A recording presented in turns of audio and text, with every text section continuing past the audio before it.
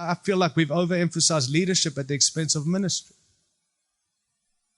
I'm all for leadership, and I'm here to talk on leadership, believe it or not. We're trying to get there. But there's a big difference between leadership and ministry. Would you agree?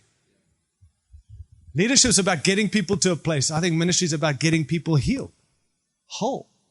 And I've always been taught, if you're a leader, you're worth your salt. You better guard your time, mark your time. And let me tell you better, guys. Some of you prophetic people, you're so prophetic you don't have any banks. You need some banks. You will burn out being prophetic. You have nothing. If you don't have any rocks in place and you don't have any time set aside, you're going to die soon. And it's a bad testament. I'm all for putting things in place. We need to, regardless of your upbringing or your makeup. We all need time out. Jesus had time out. But I've also been taught that it's leader. You put it in place. You meet with those you need to meet with. You have time with them. And you know what, friends? I've realized more and more, I get so irritated by interruptions. Aren't you? I get irritated. And the phone rings when I'm trying to spend time with the Lord. I'm meeting with this person there. And you know what? I get so irritated. And then I go to the gym, and I know I'm not trying to bring in a gym story, but I went to the gym. I have my headphones on. You see, I've got plans. People think I just sit at home and do nothing waiting for the calls. Let me tell you, I've got FaceTime of all these people around the world, time set up all over the world when I'm home. So I'm at the gym, and I'm quickly going to do workout, and it's planned. And then there's this dude who wants to speak to me. I've got my headphones on. I don't want to talk to him. I'm busy. I'm having time with the Lord. I've got time. And he's pushing in, and then I have to take my headphones. Yes. And he's like, are you using it? I said, of course. Can't you see I'm using it? Put a head. And then he says, then he wants to talk about and then he's in tears because his wife left him. And then I'm thinking, I don't have time for this. I'm a leader of the church. I don't have time to talk to you. I get irritated. Then I claim to be like Jesus. And then I read what Jesus did. And in the Gospels, don't just hear what Paul says. Read what Jesus did. You know what Jesus did? He responds to interruptions.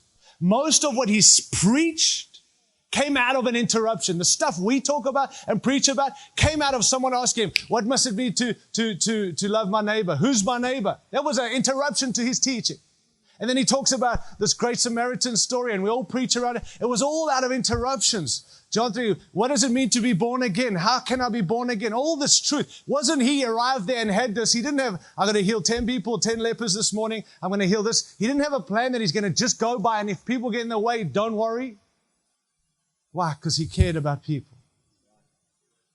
You hear what I am saying. Stick to your plans. But know this, the interruptions where most ministry takes place. And probably the quintessential of Jesus interruptions when he's there and the crowds are waiting and he's walking over to the crowd and a man comes, it was a Jairus, and he said, my daughter's dying. He could have said, listen, make an appointment, talk to my secretary, I'll be in touch. I've got to probably see you in about 3 weeks' time.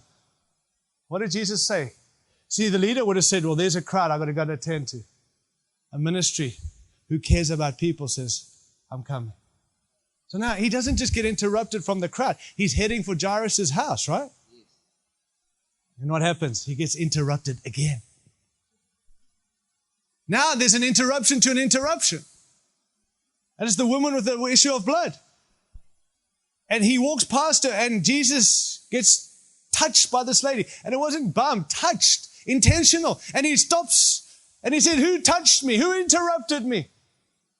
Don't touch me, you unclean. She was unclean. But he said, who touched me?